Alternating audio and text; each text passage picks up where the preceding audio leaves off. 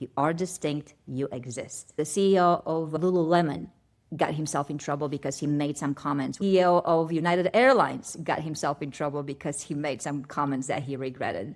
CEO of Boeing got himself in trouble. There's a pattern. There's a pattern here. So the more that we are sharing those stories at point A, at point B, most business professionals, what do? They typically fly. So the moment that you're on an airplane, you might say, oh, this reminds me of that CEO who said something that he shouldn't have.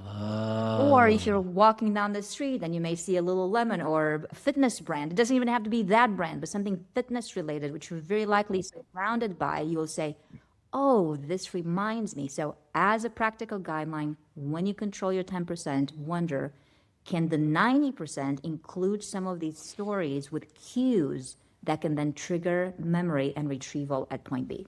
That's a pro move right there, Carmen, because I think most of the time I would hear advice, and as a brand person too, you would advise folks to anchor these stories or this message to something distinctive of your brand. Yes. So that when you target them with ads later on, they see that same color, the logo, whatever, that gives back those memories. But what you're saying is, oh, so smart, is to leverage maybe what's in their environment and then use that to trigger the message that you gave them. There's a bigger way of thinking. It's going to be a bit more effortful type of thinking, but the effort is worthwhile because that brings you into existence.